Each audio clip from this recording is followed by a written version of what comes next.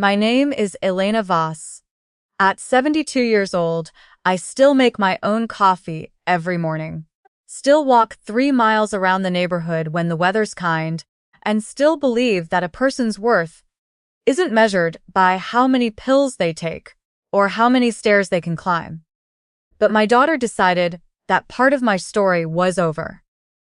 We were at brunch last Sunday at the garden house, the one with the linen tablecloths and the mimosa specials. Sunlight poured through the big windows, catching on the silverware. Sophia sat across from me looking like the picture of a concerned daughter. Soft smile, gentle voice, her hand resting on mine a little too often. Her husband Marcus was beside her, checking his watch every few minutes, like he had somewhere more important to be. My granddaughter Lily sat next to me, quietly drawing hearts on the condensation of her water glass.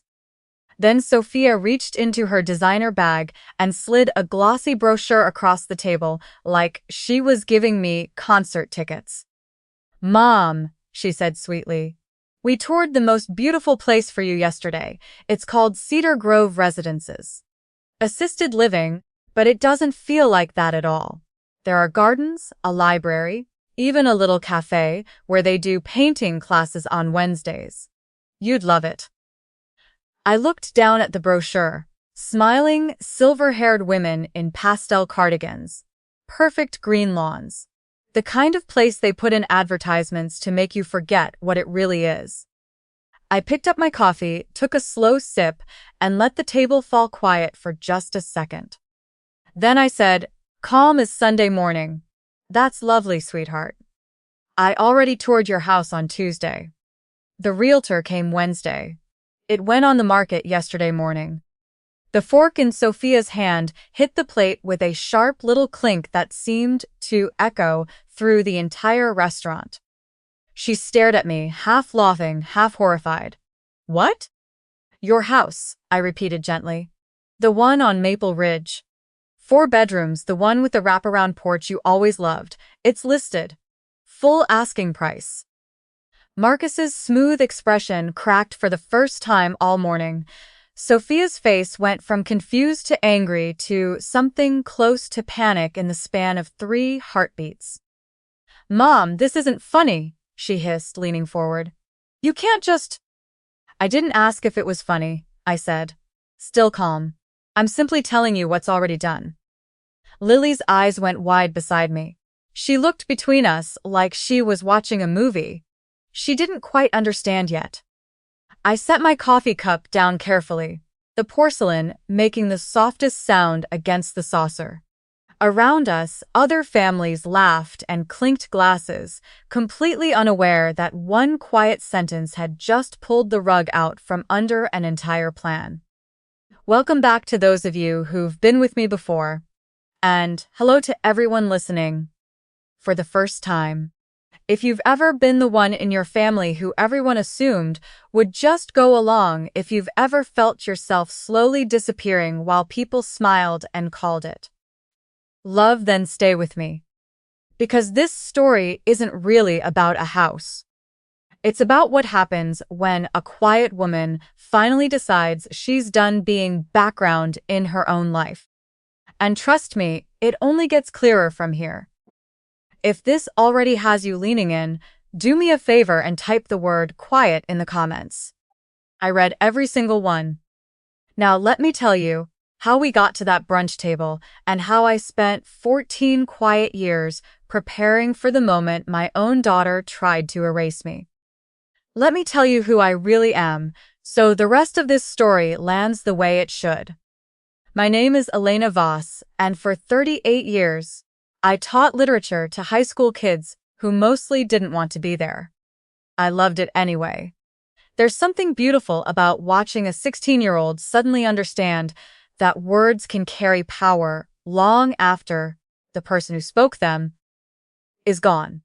I suppose that belief shaped me more than I realized. I lost my husband, Daniel, when I was 49. One ordinary Tuesday, he kissed me goodbye before work, and by evening I was a widow. No dramatic illness, no warning. Just a heart that decided it had done enough. In the months that followed, I learned that grief doesn't only break your heart. It forces you to decide what kind of woman you're going to be on the other side of it. So I made a choice. I kept teaching, but I also started investing in small properties on the side. Nothing flashy. A duplex here, a little rental house there. I read every contract like my life depended on it, because for a while it did. I paid off our home by myself.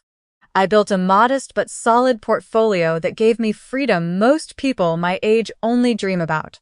People see a soft-spoken widow with gentle eyes and assume that's all there is. They never imagine the woman who spent nights at the kitchen table studying property law and market trends while the rest of the world slept. Sophia was 24 when her life fell apart the first time. Her marriage to a charming but reckless man had collapsed under debt and betrayal. She showed up at my door one rainy night with little Lily on her hip, both of them soaked and scared. I didn't hesitate. I helped her get back on her feet.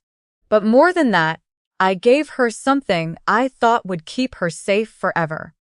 That decision 14 years ago is what this whole story is really about. I've always believed that real love doesn't keep score. I never reminded Sophia what I'd done for her. I never waved it over her head like a debt. I simply let her live in the beautiful Maple Ridge house as if it had always been hers. She paid a small amount of rent some months, nothing in others. I told myself that was what mothers do. They give quietly so their children can fly. Looking back now, I see that was my first real mistake. Not the giving, the silence. Because silence can be misunderstood. Silence can be taken for granted. And eventually, silence can be weaponized by the very people you thought would protect you. Lately, Sophia had been different. The phone calls came more often, always starting with concern. "Mom, how are you feeling? Are you remembering to take your medication? The stairs in that big house must be getting hard." She'd drop by unannounced, commenting on how cluttered the place looked, how maybe it was time to downsize while I was still healthy. I noticed. I just didn't say anything. I've spent most of my life watching people, students, neighbors, family. You learn a lot when you choose to listen more than you speak. And what I was hearing beneath my daughter's sweet voice was something colder. Calculation. But I still hoped I was wrong. If you've ever convinced yourself that someone's concern was genuine when deep down something felt off, if you've ever stayed quiet, because speaking up might break the fragile peace you have left, then you already understand the slow ache I carried into that brunch. I thought love would be enough to protect me. I was about to learn that sometimes the people who love you can hurt you the most. Not because they're evil, but because they've convinced themselves they're doing what's best. And that's when a quiet woman has to make the hardest decision of her life. 14 years ago, my daughter stood on my porch in the pouring rain with a 3-year-old Lily clutched to her chest. Her eyes were swollen from crying. The husband she thought would give her the world had emptied their bank accounts and disappeared. With another Sophia was broken in a way I'd never seen before. That night, I made her a promise. I told her she and Lily would always have a safe place. No questions. No judgment. Just safety. 2 months later, I bought the Maple Ridge house. It was a beautiful 2-story home with a big backyard and a porch swing that Lily would later spend hours on. I put the deed in my name only, not because I didn't trust my daughter, but because I had seen too many ugly divorces in my years as a landlord. I wanted to make sure no court, no ex-husband, no future bad decision could ever take that roof away from my granddaughter. Sophia never knew the full truth. She thought I had simply helped with a down payment. I let her believe the house was mostly hers. I watched her rebuild her life there. New job, new confidence, watching Lily grow up in a stable home with a big Christmas tree in the living room every year. I told myself that was enough. That watching my daughter and granddaughter thrive was all the thank you I would ever need. Love without receipts, that was my motto. I never brought up the mortgage. I continued to help pay when times were tight. I never mentioned the property taxes, the major repairs, or the fact that my name was still the only one on the deed. I believed, foolishly perhaps, that true love should feel light, that if I reminded her of what I had done, it would cheapen the gift. So I stayed quiet. For 14 years I watched Sophia raise Lily in that house. I attended school plays, baked birthday cakes in that kitchen, helped plant flowers in the front yard every spring. The neighbors thought it was Sophia's house. Even Lily grew up believing it belonged to her mother. And I let them. Looking back, that silence wasn't just generosity. It was fear. Fear that if I spoke the truth, I would become the mother who holds things over your head. I wanted to be the safe one, the soft one, the one they could always run to. But silence has a cost. Because while I was protecting them, I was slowly erasing my own place in the story. I became the background character in my daughter's life. Useful when needed, but increasingly seen as someone who was getting older, slower, and eventually disposable. I see you nodding if you've ever done the same. If you've ever given so much of yourself that people started to believe your love was an unlimited resource they were entitled to. If you've ever stayed quiet to keep the peace, even when your heart whispered that something was wrong. That brunch wasn't the beginning of the end. It was the moment the silence finally broke. And when it did, it wasn't loud. It was calm. It was prepared. And it was long overdue. The changes didn't happen overnight. They crept in slowly, the way autumn arrives. One colder morning at a time. It started with the phone calls. Sophia used to call me every Sunday afternoon just to chat. Then the calls became more frequent but shorter. Always the same questions wrapped in sugar. Mom, did you remember to eat today? Are you still driving at night? The stairs in that big house must be getting dangerous, right? At first, I brushed it off as normal concern. I was getting older, but something in her tone felt rehearsed. Like she was reading from a script she hadn't quite memorized yet. Then came the surprise visits. She'd show up with Marcus on random weekdays, bringing groceries I didn't ask for, and commenting on how empty the house felt now that it was just me. Marcus would casually mention how much the property had appreciated. You could downsize and have a nice nest egg. He'd say with that polished smile of his, we could help you find something smaller. Safer. I smiled and thanked them, but I started noticing little things. The way Sophia would open drawers in my study when she thought I wasn't looking. The way Marcus always wanted to talk about my will, just in case. The way they both kept steering every conversations back to my future plans. The real crack appeared 3 weeks before that brunch. I had come home from the library and found Sophia's car in my driveway. She was sitting at my kitchen table with a folder. When I walked in, she quickly closed it, but not before I caught a glimpse of the letterhead. Some senior living community. Oh, I was just organizing some of your mail, she said quickly, standing up to hug me. You know how papers pile up. That night, I couldn't sleep. I sat in the dark in Daniel's old reading chair and replayed every conversation from the past few months. The gentle suggestions, the exaggerated concern about my memory, the way Lily had started asking strange questions like, Grandma, do you ever feel lonely in this big house? My granddaughter was only 17. She didn't ask questions like that on her own. That was the moment the quiet voice inside me finally spoke clearly. They're preparing something. I didn't confront them. Not yet. Instead, I did what I've always done best. I watched, I waited, and I started preparing in silence. I made a few calls to my old real estate attorney. I scheduled a routine checkup with my doctor that I didn't tell anyone about. And I began quietly gathering every document related to the Maple Ridge house.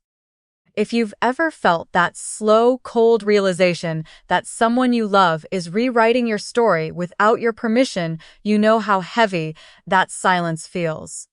It sits in your chest like a stone, but it also sharpens your mind. I wasn't angry yet. I was awake. And for the first time in 14 years, I understood that love without boundaries isn't love anymore. It's just permission. I'll never forget the Tuesday afternoon I finally saw the shape of what they were planning. I had gone to the grocery store to pick up oat milk for Lily. She was staying with me that week while Sophia and Marcus had a work retreat. As I turned down the aisle for coffee, I heard Marcus's voice from the next row. He was on speakerphone, speaking low but not low enough. "No, the geriatric angle is cleaner," he was saying. "We frame it as concern for her safety. Doctor signs off, we get the capacity evaluation, the house sells itself after that." A second voice, smooth, professional, answered, "I've handled 12 of these this year. As long as we build the paper trail consistently, the court usually sides with the family, especially when there's significant equity involved." My hand froze on the oat milk carton. They weren't talking about some stranger. They were talking about me. I stood completely still between the shelves, as Marcus continued. Sophia already started the folder. Missed medications. Stove left on. Confusion about finances. We just need a few more incidents before we move on the guardianship petition. The other man chuckled. "And the Maple Ridge house? Nice asset. Prime location." Marcus replied, "Exactly. Once she's declared incompetent, we control everything. Sophia's name goes on the deed retroactively if needed. Clean and simple." I don't remember putting the oat milk back on the shelf. I just remember walking out of the store with nothing in my hands and sitting in my car for 20 minutes, watching rain streak down the windshield. That was the moment everything changed. Not because I was heartbroken, though I was, but because the last piece of doubt disappeared. My daughter and her husband weren't worried about my health. They were hunting. That night, I sat at my kitchen table with a fresh notebook and started my own record. Not out of anger, but out of clarity. I listed every strange comment, every surprise visit, every time Sophia had helpfully corrected my memory in front of others. I wrote it all down in my neat teacher's handwriting. Then I opened the old cedar box Daniel had given me on our 10th anniversary. Inside were the original closing documents for the Maple Ridge house. My name only, 14 years ago. I read them slowly, page by page, the way I used to read final exams. I wasn't emotional. I was precise. The next morning, I made 3 important calls. One to my longtime doctor for a full cognitive evaluation, one to my estate attorney, and one to a real estate agent I trusted completely. Not to list anything yet, but to understand my options. If you've ever discovered that the people closest to you see you as a problem to be solved, instead of a mother to be honored, you know the particular kind of loneliness that settles in your bones. It's not loud, it's quiet, heavy, final. But here's what I also discovered in that moment. Quiet women who have spent decades watching and waiting? We are dangerous when we finally decide to move. I wasn't going to scream. I wasn't going to cry in front of them. I was going to prepare. And I had 14 years of silence on my side. The same silence they had mistaken for weakness. The weeks that followed were some of the busiest and quietest of my life. I didn't tell a soul what I was doing. Not even Lily. I wanted my preparations to be as invisible as their planning had been. First came the medical side. I went to Dr. Rebecca Lang, my doctor for 17 years. and asked for a complete neuropsychological evaluation, not the quick memory tests they give at senior centers. The full battery: memory, executive function, judgment, problem solving. It took nearly 3 hours. When the results came back 2 weeks later, Dr. Lang slid the report across her desk with a small smile. Cognition fully intact. Actually above average for your age group in several areas, she said. I'll be happy to testify to that anywhere if needed. I thanked her, tucked the sealed report into my bag, and felt the first real piece of armor click into place. Next was Ruth Calloway, my estate attorney. She's 74, sharp as a tack, and doesn't tolerate nonsense. I laid everything out for her. The overheard conversation, the brochure, my suspicions. She listened without interrupting, then leaned back in her chair. They're running a classic capacity play, she said flatly. But they picked the wrong woman. Let's lock everything down. We created a revocable living trust, updated my durable power of attorney, and added healthcare directives. I named Lily and Ruth as co-trustees. Not Sophia. Not Marcus. For the first time in 14 years, I was drawing a clear line. The hardest part was the Maple Ridge house. I met with my trusted real estate agent, Claire, at a coffee shop across town. I showed her the deed. Her eyes widened when she saw the date. You've owned this outright the whole time? She asked. Yes, I said quietly. And now I need to decide what to do with it. We discussed strategy. I didn't list it yet. Timing was everything. But I had her prepare all the paperwork so that when the moment came, we could move fast. Professional photos, market analysis, everything ready in the background. Through all of this, I continued playing the part they expected. I smiled at Sophia's visits. I let Marcus lecture me about planning for the future. I even let Sophia take me to look at another senior community, nodding politely while my mind was somewhere else entirely. Every night, I sat with my cedar box and added new documents. The cognitive report, the trust papers, the property valuation. And at the very bottom, I kept the old photo of Sophia and 3-year-old Lily standing on the porch of the Maple Ridge house the day they moved in. Both of them smiling through tears of relief.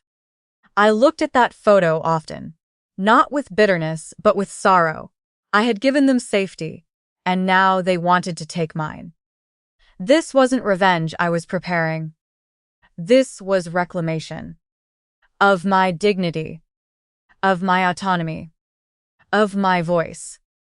If you've ever had to quietly prepare while the people around you thought you were oblivious, you understand the strange kind of strength that grows in that silence. It's not loud.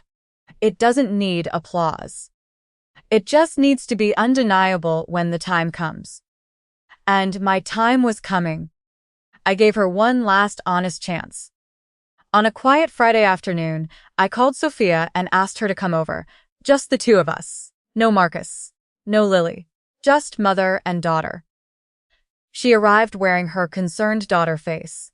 We sat at the kitchen table where she used to do her homework as a teenager. I poured her favorite tea. Sophia, I said gently, I want us to talk honestly. No performance. Just us. She folded her hands.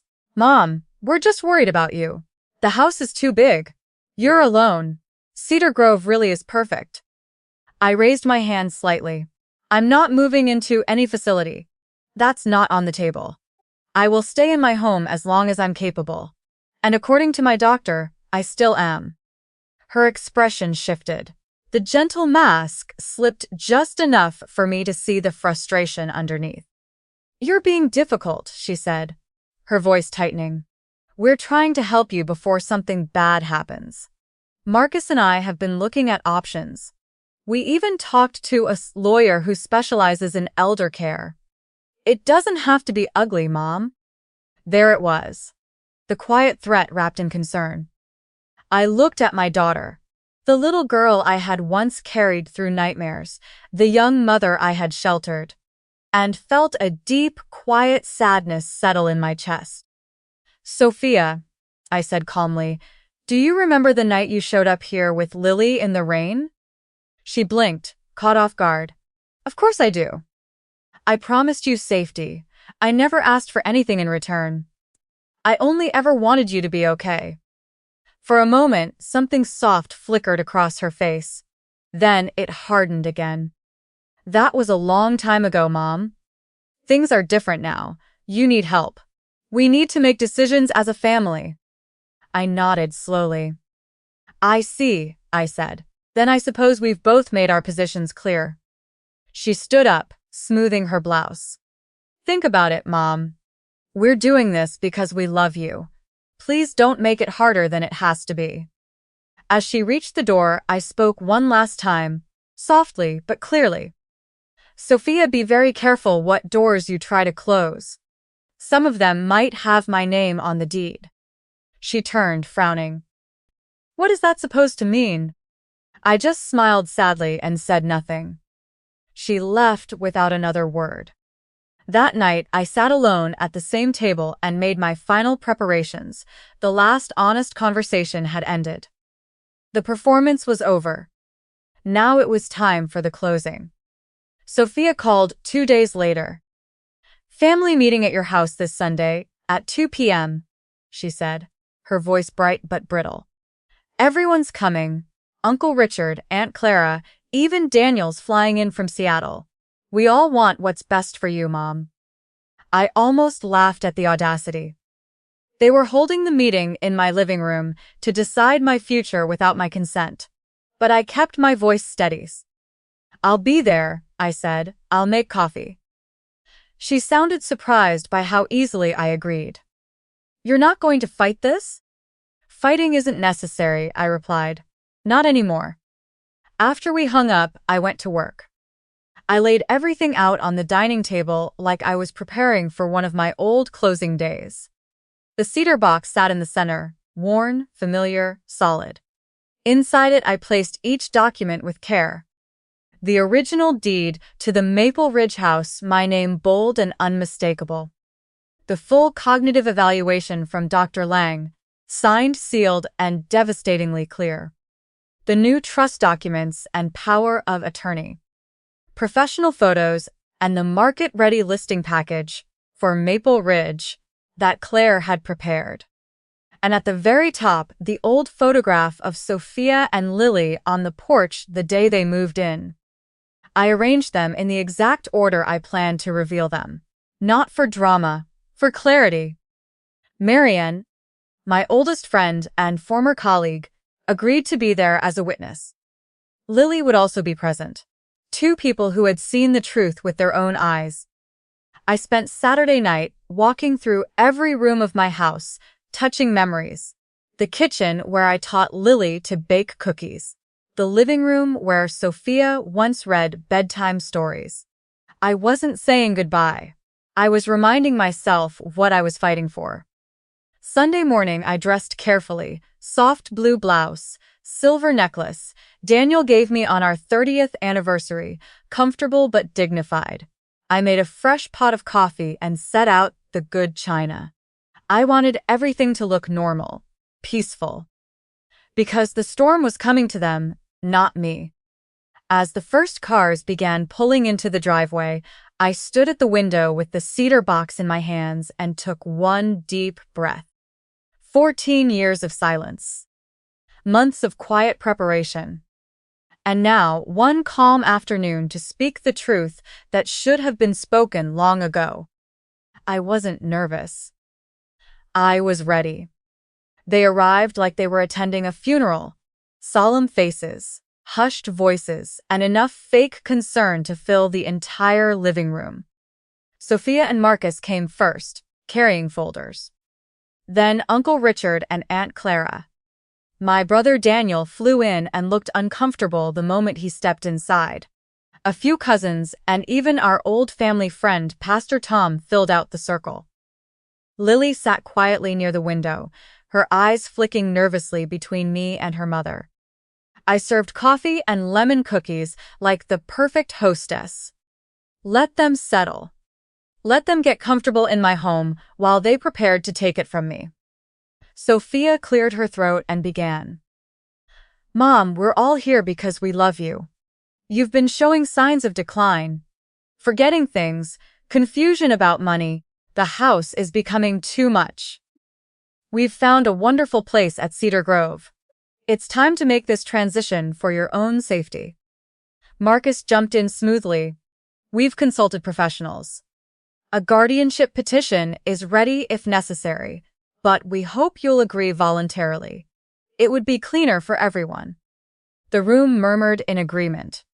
She's so lucky to have a daughter who cares this much, Aunt Clara whispered loudly.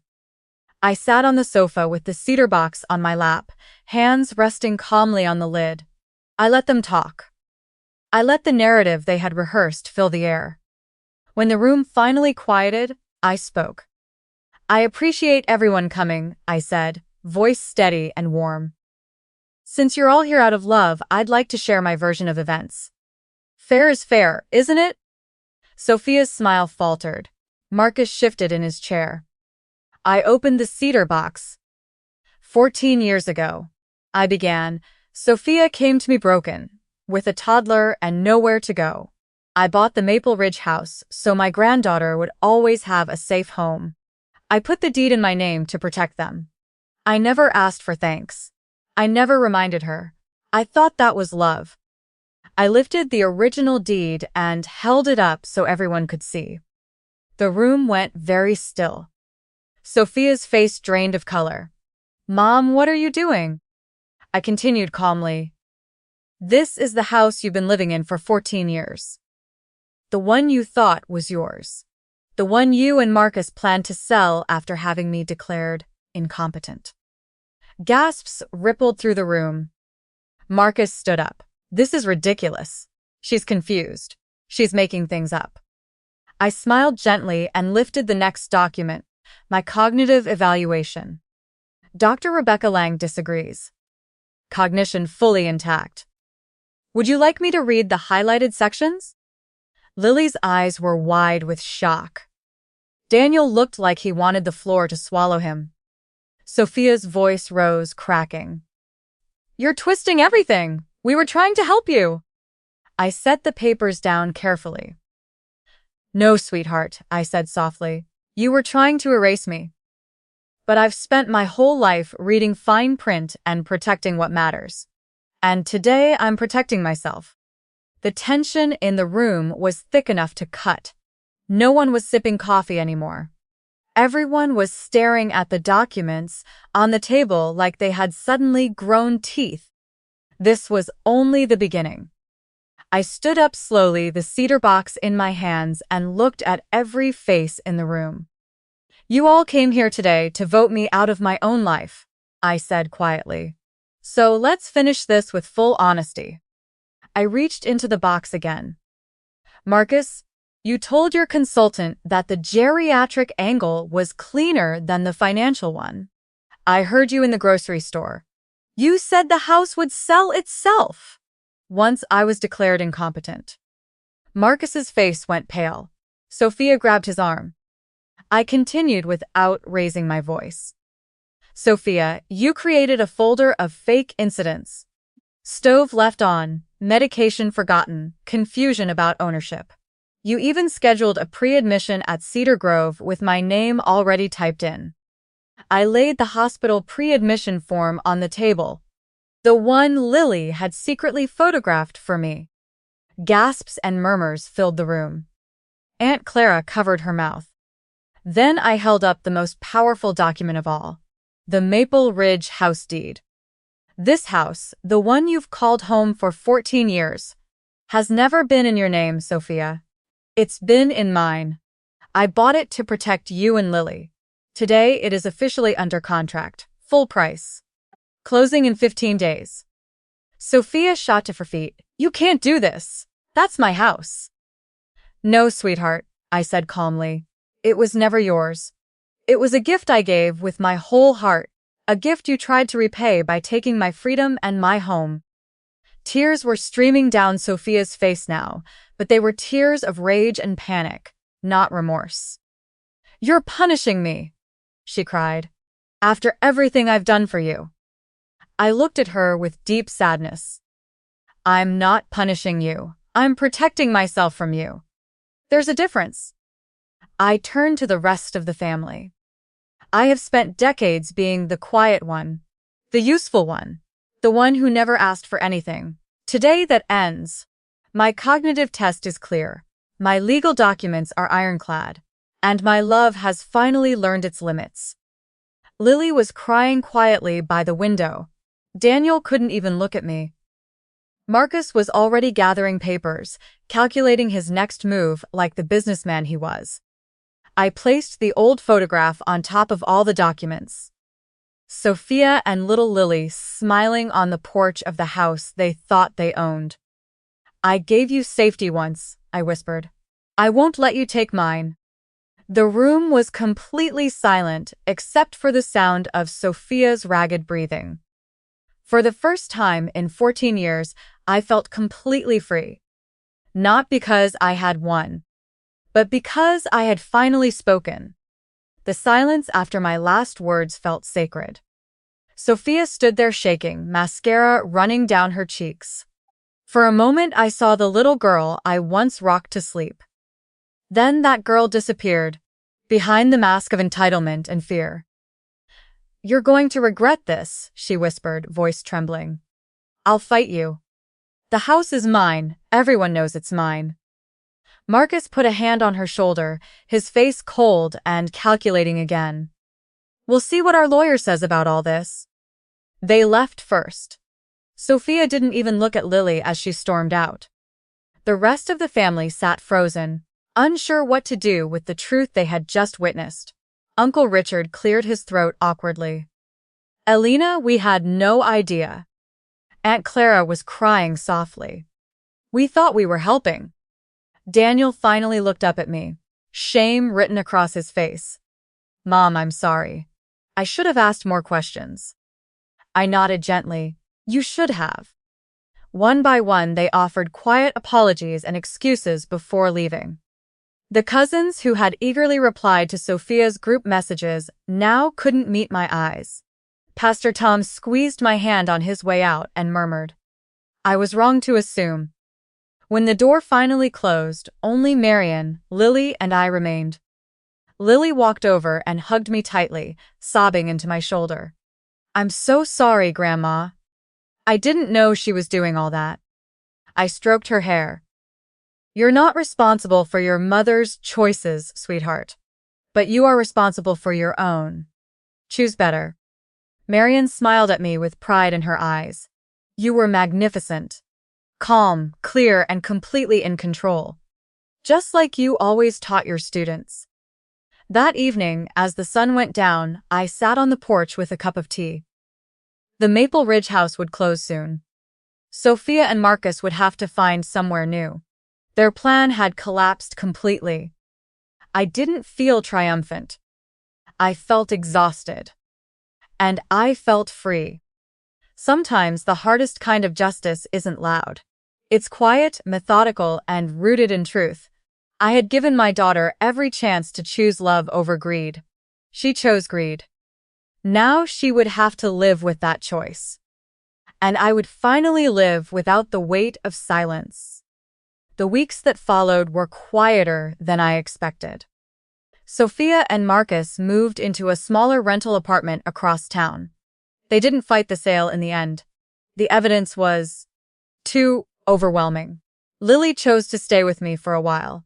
She said she needed time to figure out who she wanted to be. I kept the cedar box on the shelf where it belongs. Not as a trophy, but as a reminder that love without boundaries eventually destroys the very thing it claims to protect. Every morning I still make my coffee and walk my 3 miles. I still read books late into the night. And I still believe in love, just not the kind that requires me to disappear so others can feel comfortable. If you're listening to this and you've ever been the quiet one in your family, the one who gave everything and was slowly erased, I want you to hear me clearly. Your silence does not protect you. Your dignity is not negotiable, and your peace is worth protecting, even when it means disappointing the people who thought you would always say yes. Type the word boundaries in the comments if this story touched something deep inside you. I read every single one, and I'm holding space for all of us who are learning to speak up after years of stay quiet. To my daughter, wherever you are, I still love you. But love is not a blank check. I hope one day you understand that. As for me, I'm not just surviving. I'm living fully, freely, and finally on my own terms. Thank you for sitting with me through this. If this story reminded you of your own strength, share it with someone who needs to hear it. This is Elena Voss, signing off with a calm heart and a clear mind.